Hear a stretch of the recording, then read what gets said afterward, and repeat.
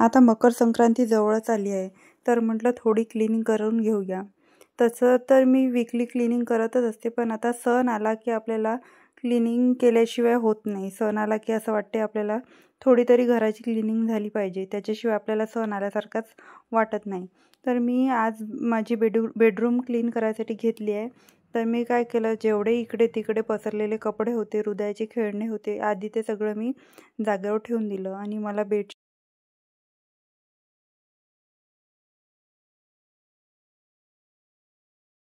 Hello and welcome back. I hope की तुम्ही सगळे मस्तच असाल। तर मी आता बेडरूमची स्वच्छता करायचीच आहे, तर सोबतच मी बेडशीट पण धुवून घेणार।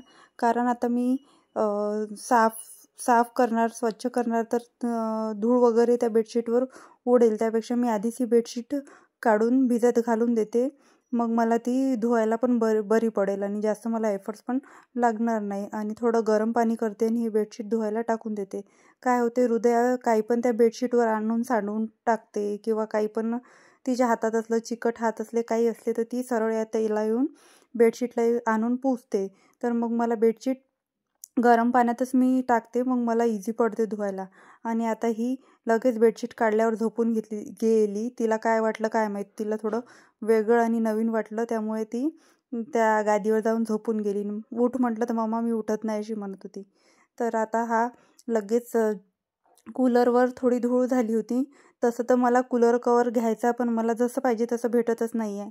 कधी मोठं तर कधी लहान असं भेटत आहे, परफेक्ट या साईजचं मिळत नाही। आणि मोठं घेतलं तर उगीच कुठे मी ते मॅनेज करू, त्याच्यामुळे मी घेतलंच नाही। मेशोवर वगैरे मी खूप सर्च केलं, पण मला भेटतच नाही त्या साईजचं। तर माझा कूलर पण पुसला आहे लगेच। मग मी कपाटावरचा जो पसारा आहे तो खाली काढून घेतला।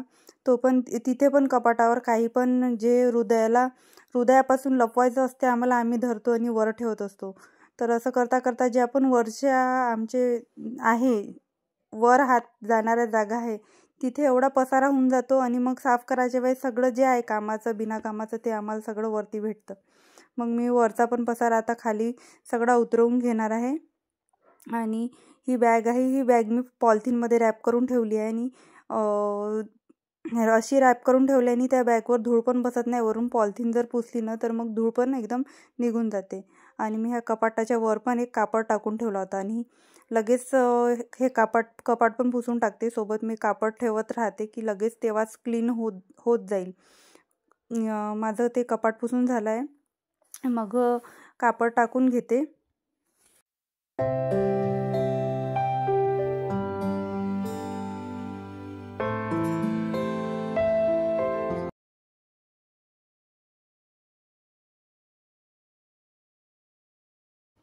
बॅग माझी पुसून झालेली आहे, आणि हृदया पण आली आहे तिथे तिचे खेळणे घेऊन। हृदया पण मला मदत करत आहे माझ्या कामामध्ये। आता ही बॅग मी वरती ठेवून घेते।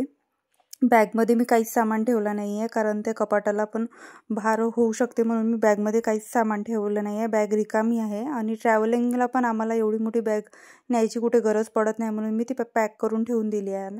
आता मी जेवढा काही पसारा होता वरचा, जेवढं काही सामान होतं, त्या वस्तू मी एकावर एक तिथे अरेंज करून घेणार आहे। हा फोटो मला मागे ठेवायचा होता उभा, पण काय झालं, तिथे तो मागे माझा हात पुरतच नव्हता। मी इथे स्टूलवर चढली आहे, आणि मी जास्त रिस्क घेऊ शकत नाही, म्हणून मी आता सध्याचा असाच ठेवला।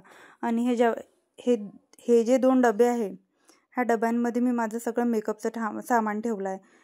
खालच्या डब्यामध्ये मेकअपचं आहे, आणि वरच्या डब्यामध्ये जे आहे माझ्या बांगड्या, ज्वेलरी, हे सगळं ठेवलं आहे।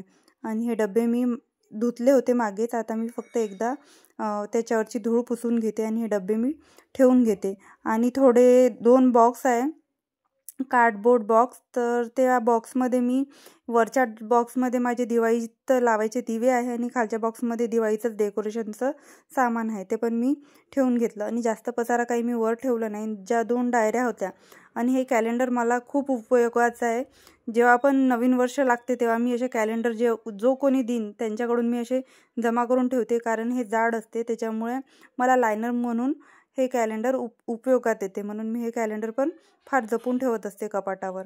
आता मी काय करेल, लगेच ग्लासमध्ये पाणी घेतलं, पाणी घेऊन मी पूर्ण मिररवर शिंपडून घेतलं। तर मी पाणी शिंपडून घेतलं आहे मिररवर आणि आता टिश्यू पेपरनी पुसून घेत आहे. आपल्याला एकदम महागडे स्प्रेस आपल्याजवळ असले पाहिजे क्लिनिंगसाठी असं काही नाही. आपण नॉर्मल पाण्याने जरी मिरर पुसला तरी तो एकदम स्वच्छ होतो. आणि असं जर मला स्प्रे जर मी वापरला मिरर पुसायला तर मला एवढे स्प्रे लागतील, कारण हृदया नुसती चिकट हात लावत राहते आणि एवढा घाण करते आणि मला 2-3 दिवसाच्या आड मिरर पुसावाच लागतो. सगळे डागं सगळे घाण हात खालच्या साईडनी त्या मिररवर पडले असते. तर मी आता माझं पूर्ण इथे टिश्यूनी पुसून झालं आहे. मी लगेच हा मिरर आता कोरड्या कापडाने पुसून घेईन. कोरड्या कापडाने पुसल्याने काय होते, जे थोडासा पण ओलावा आहे आणि थोडंसं काही राहिलं असेल टिश्यू पेपरचं जर कण त्याला चिटकून राहिले असेल ते पण ते निघून जातात. म्हणून मी एकदा कोरड्या कापडाने पुसून घेते आणि पूर्ण जे कबर्ड आहे त्याच्यावर धूळ वगैरे असते तर ती पण मी कोरड्या कापडाने पुसून घेते.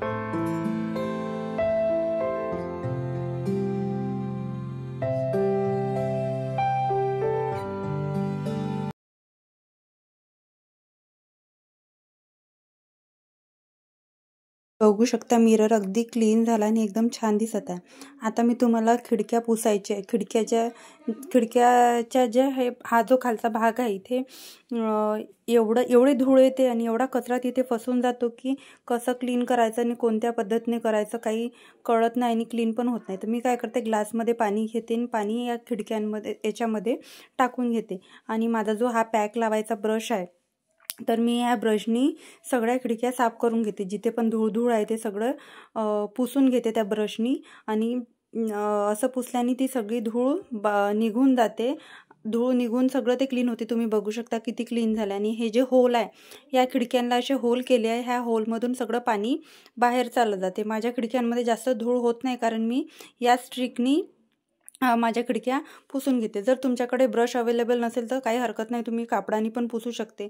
ब्रश अवेलेबल नसतो कुणाकडे किंवा कुणाकडच्या खिडक्यांना तसे छिद्र नसतात की ज्याच्यातून पाणी बाहेर जाईल, तर तुम्ही असं कापडाने पुसू शकता. मी जेव्हा इथे राहायला आली होती तर आमच्या ज्या ओनर आहे त्या काकूंनी मला ही ट्रिक सांगितली होती, कारण हृदया खूप माती खायची आणि ह्या खिडक्यांमध्ये जेवढी पण धूळ यायची हृदया चाटत राहायची आणि त्या खिडक्या मी किती पण क्लीन केलं तरी काठांवर माती किंवा जे कण आहे धुळीचे किंवा ते रेतीचे तिथे पडलेले जे कण आहे ते सगळे तिथे साचून राहते, ते क्लीन होतच नव्हतं.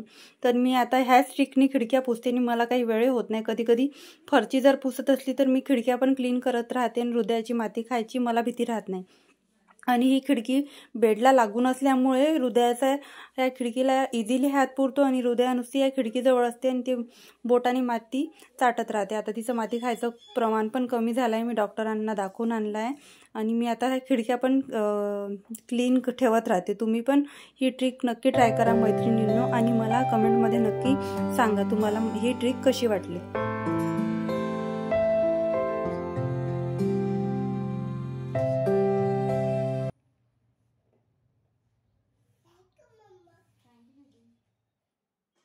खिडक्या इथे माझ्या क्लीन झाल्या आहे.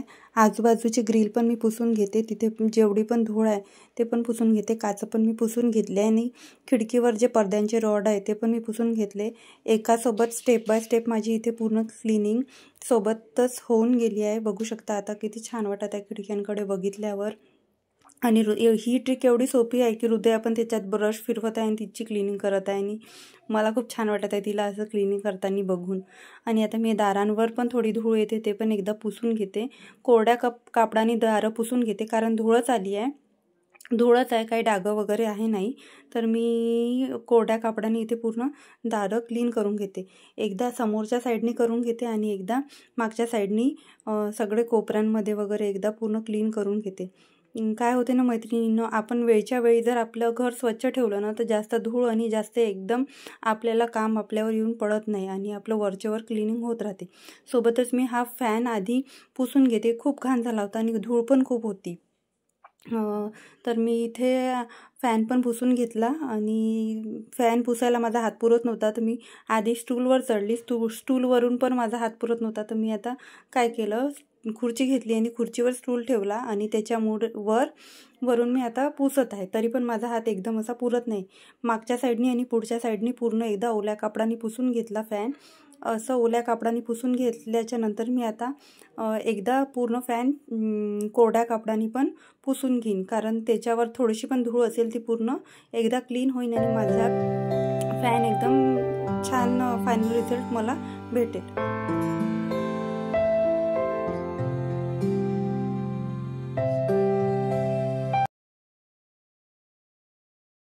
मैत्रिणींनो, तुम्हाला कसा वाटला माझा आजचा ब्लॉग कमेंटमध्ये नक्की सांगा. आणि व्हिडिओ जरा देखील आवडला असल्यास व्हिडिओला एक लाईक आणि चॅनलला सबस्क्राईब करायला विसरू नका.